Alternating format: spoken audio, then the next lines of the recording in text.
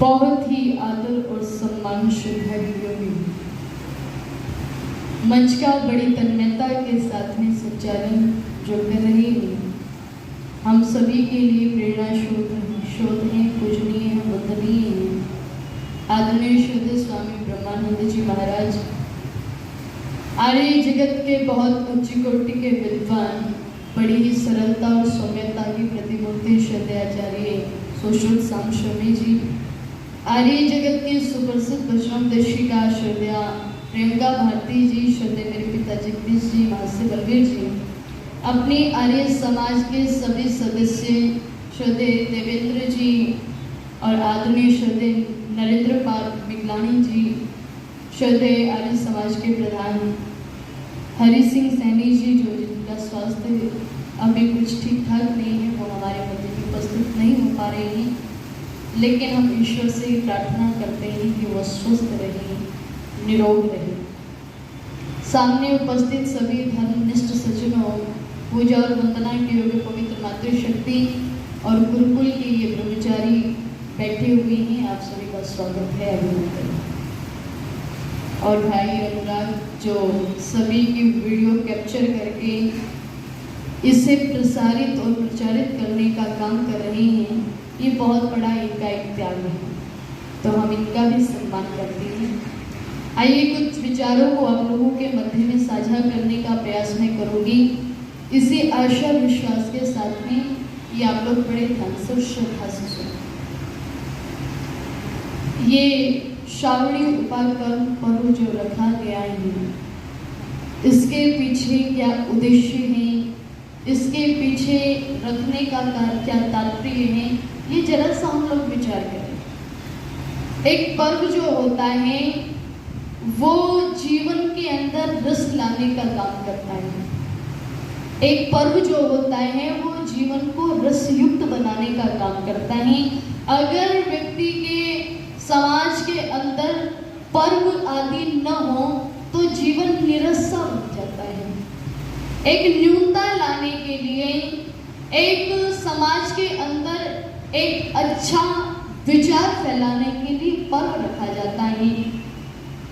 और एक यहाँ पर बहुत बड़ा इसका एक वैज्ञानिक पृथ्वी है कि हम जितने भी पर्व मनाते हैं, भारतवर्ष के अंदर जितने भी पर्व मनाए जाते हैं, उनके पीछे कहीं ना कहीं कोई ना कोई कारण होता है।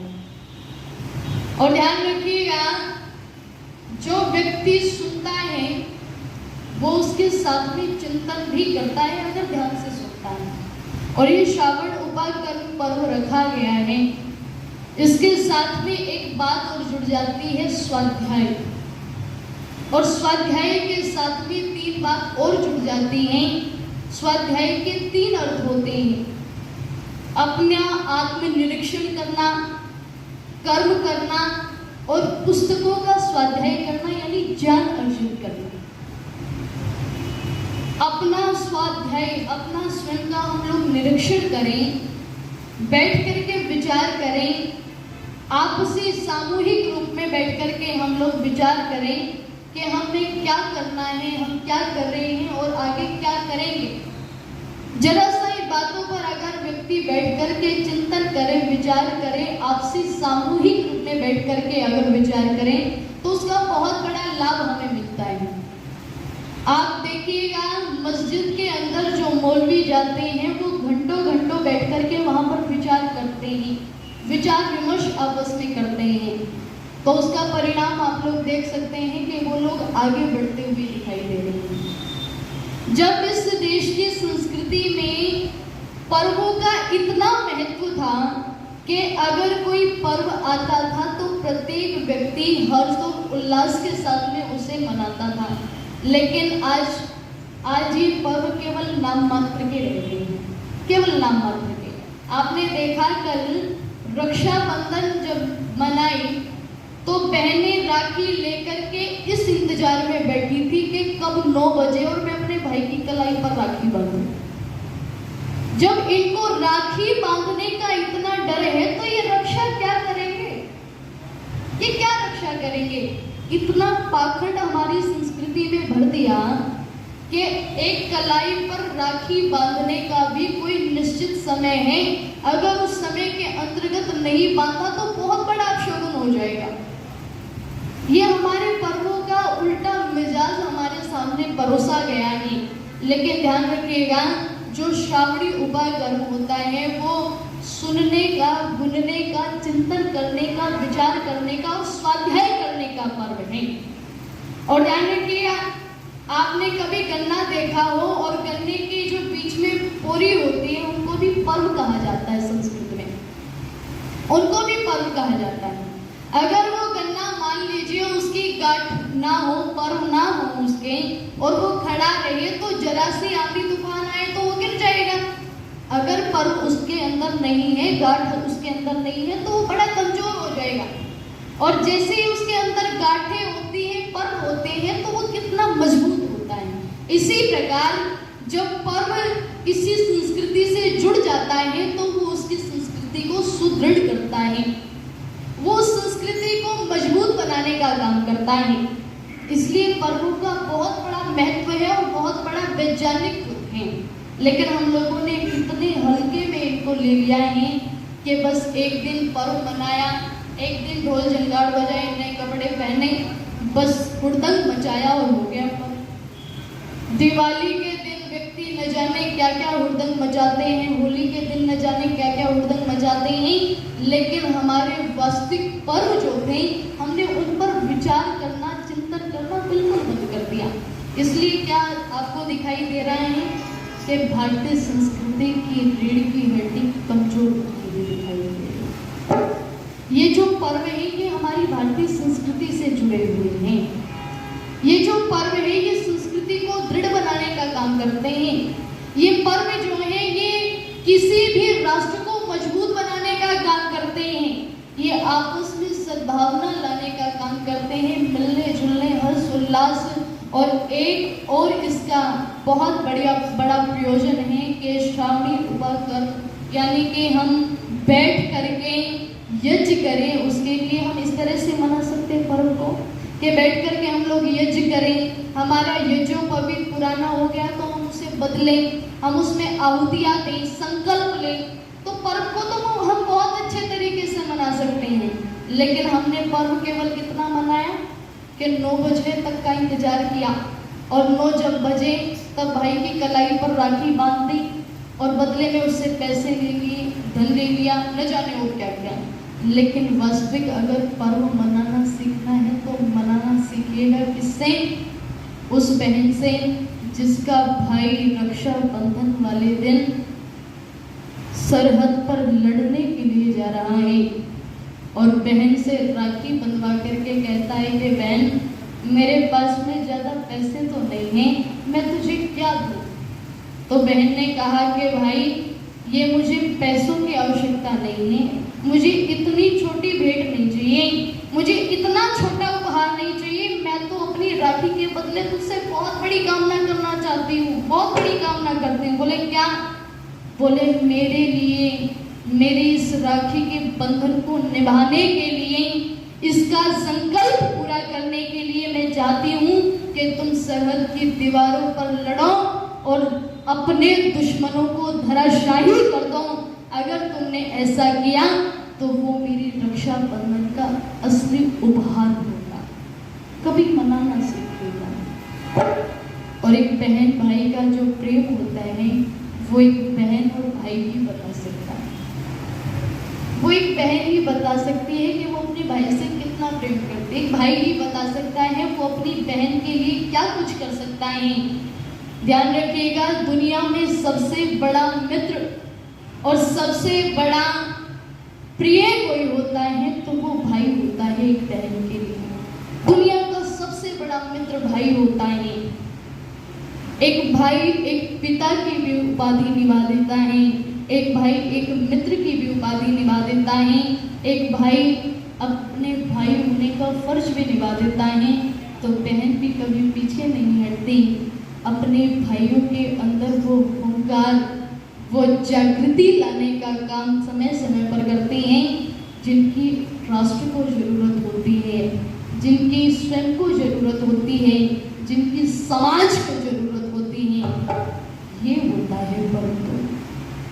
पर्व तो ये होता है अगर कोई मनाए तो, लेकिन हमने पर्व क्या मनाया कि दो तो रक्षाबंधन मना ली। पंडितों के कहने पर पता नहीं कौन सा भूचाल आ जाएगा। ये इतने पाखंड के अड्डे खोद दिए इन लोगों ने कि दो तो रक्षाबंधन, दो शिवरात्रि, हर जगह नई खोजे। लोग तो इतनी तरक्की कर रहे हैं, कोई चंद्रमा पर जीवन ढूंढ रहा है और इनकी क्या रहते खुरपाती दिमाग कि दो रक्षाबंधन, दो शिवरात्रि। ये सारे के सारे धर्म के ठेकेदारों के अपनी तरह से जनता को ऐंठने के साधन हैं। तो जरा सा हम विचार करें हमारी संस्कृति क्या थी, हमारे पर्व हमारी संस्कृति में क्या काम करते हैं और हमें क्या प्रेरणा देते हैं, जरा हम विचार करें। तो सुनना बोलना ये सबसे बड़ी बात है, और बैठ करके अपना चिंतन करना, अपना आत्मनिरीक्षण करना, ये इतनी बड़ी बात है। कितनी बड़ी बात। ऋषि दयानंद जी महाराज ने जब हरिद्वार के अंदर पाखंड खंडनी पताका गाड़ी पहली बार, तो ऋषि बोल रहे थे, लोग आ रहे थे जा रहे थे, किसी पर कोई प्रभाव नहीं पड़ रहा था। तो इसके लिए ऋषि ने लोगों को दोष नहीं दिया कि लोग मूर्ख हैं, मेरी बात नहीं सुन रहे, बल्कि आत्मनिरीक्षण किया, अपना निरीक्षण किया कि शायद कहीं ना कहीं मेरे ही तप में कोई कमी है। और उसके बाद 2 वर्षों तक ऋषि ने अपने आप को तपाया, तपस्या की, और 2 वर्ष के बाद फिर हरिद्वार के अंदर पाखंड खंडनी पताका गाड़ी और ऋषि बोल रहे थे तो लोग वहीं पर मग्न होकर के बैठ गए। और इतना बड़ा परिणाम मिला कि टोकरा भर गया था गंडे ताबीजों से जो लोगों ने निकाल करके फेंके। इतना बड़ा प्रभाव। और जरा सा हम अपना निरीक्षण करें, आत्मनिरीक्षण करें, ये सबसे बड़ी बात है। तो बहुत सुंदर पंक्तियां लिखी कवि ने।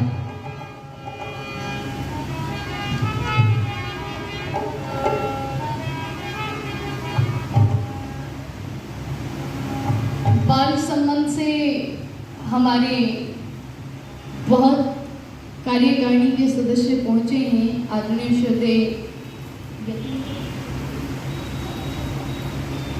यतेंद्र जी अपनी पूरी टीम के साथ में पहुंचे हैं। इनका बहुत बहुत स्वागत है, अभिनंदन। तो मैं निवेदन कर रही थी आप लोगों के मध्य में, जरा सा हम अपनी संस्कृति को पहचानने का प्रयास करें। हम क्या थे, क्या होंगे अभी, आओ बैठकर विचारें ये समस्याएं सभी। बहुत सुंदर पंक्तियां लिखी पंडित शोभाराम टेबे जी ने।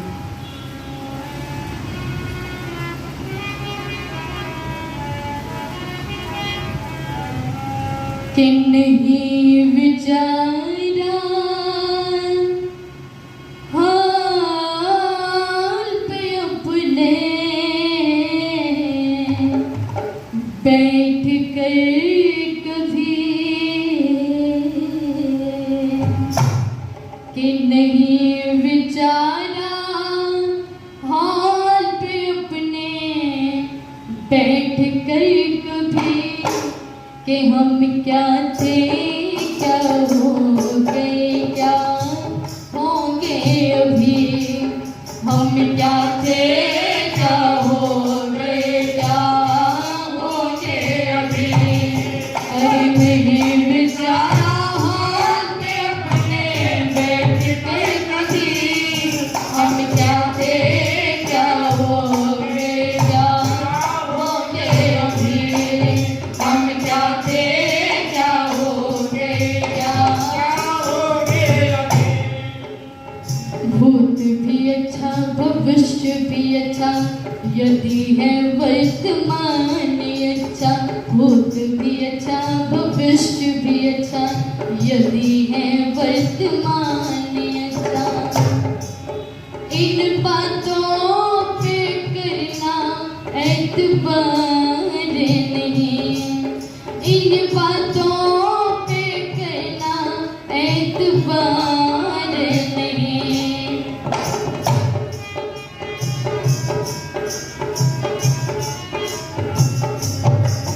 अरे मन से वचन से कर्म से शुद्ध कहलाओगे तभी, मन से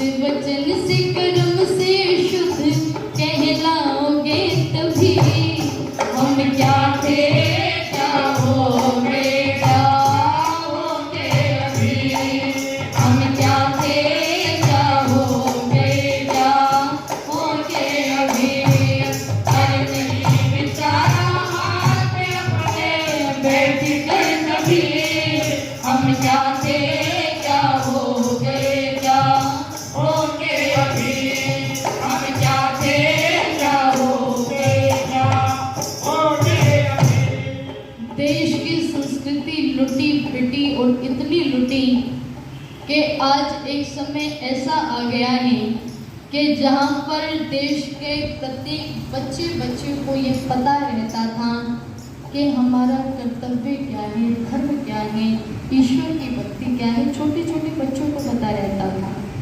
लेकिन एक आज का समय है, बच्चे ये तक नहीं जानते कि हमारे धार्मिक ग्रंथ कौन से हैं, बच्चे ये तक नहीं जानते हमारे आइडल कौन है, बच्चे ये तक नहीं जानते कि भारतीय संस्कृति क्या है।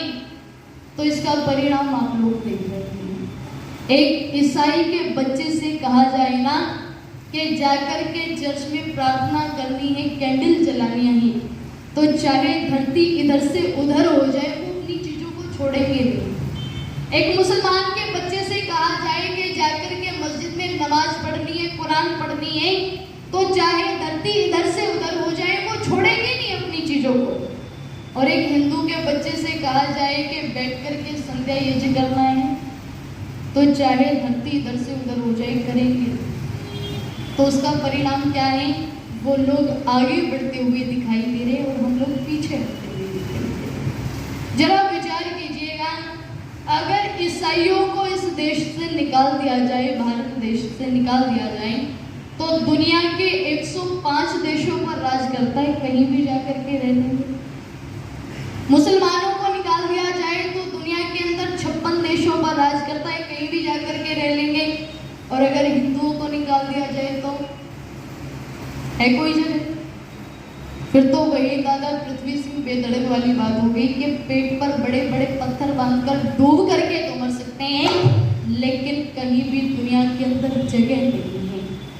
जरा सा हम संभलने का प्रयास करें, अपनी संस्कृति को जानने का प्रयास करें, क्योंकि हमारी संस्कृति ही हमारा वो हथियार थी जिसके बलबूते पर ये देश विश्व गुरु कहलाता रहा। हमारी संस्कृति ही वो हथियार थी जिसके बलबूते पर ये देश सारी दुनिया का सिरमौर रहा, सरताज बन करके रहा। वो भारतीय संस्कृति ही वो हमारा हथियार थी जिसके कारण से ये देश सोने की चिड़िया कहलाया, वही थी। लेकिन हमने अपनी संस्कृति से तटस्थ होना जैसे ही शुरू कर दिया तो इतने बिगाड़ आए, इतना पतन हुआ कि पतन होते होते इतना पतन हो गया कि ये देश हजारों वर्ष तक गुलाम रहा, हजारों वर्ष तक गुलाम रहा। क्यों? क्योंकि अपनी संस्कृति को हम लोगों ने छोड़ दिया। कभी पढ़ करके देखिएगा हमारी भारतीय महान संस्कृति क्या थी। नेताजी सुभाष चंद्र बोस जी एक बार रंगून की सड़क के चौराहे पर उपदेश कर रहे थे। एक रंगून के व्यक्ति ने उनसे पूछा कि Netaji what is Indian culture, भारतीय संस्कृति क्या है? तो नेताजी सुभाष चंद्र बोस जी बड़े जोश से उत्तर देते हुए कहते हैं कि भारत के प्रत्येक व्यक्ति में, प्रत्येक बच्चे में ये भावना भरी हुई है क्या कि money is lost, nothing is lost, and if health is lost, something is lost, but if character is lost, everything is lost. ये हमारी भारतीय महान संस्कृति थी। यानी यदि हमसे हमारा धन चला गया तो यूँ समझिए कुछ भी नहीं गया, क्योंकि जीवन रहा तो हम धन और भी कमा सकते हैं। और यदि हमसे हमारा स्वास्थ्य चला गया तो यूँ समझिए कुछ चला गया, क्योंकि वो कहते हैं ना कि पहला सुख निरोगी काया। लेकिन ध्यान रखिएगा, यदि हमसे हमारा चरित्र चला गया तो यूँ समझ लीजिएगा सब कुछ चला गया। ये हमारी भारतीय महान संस्कृति थी। लेकिन आज संस्कृति तिल तिल करके जलती हुई दिखाई दे रही है। लोगों के आचार विचार संस्कार व्यवहार सब कुछ बदल गया, सब कुछ बिगड़ गया। तो बहुत सुंदर पंक्तियां लिखी कवि ने क्या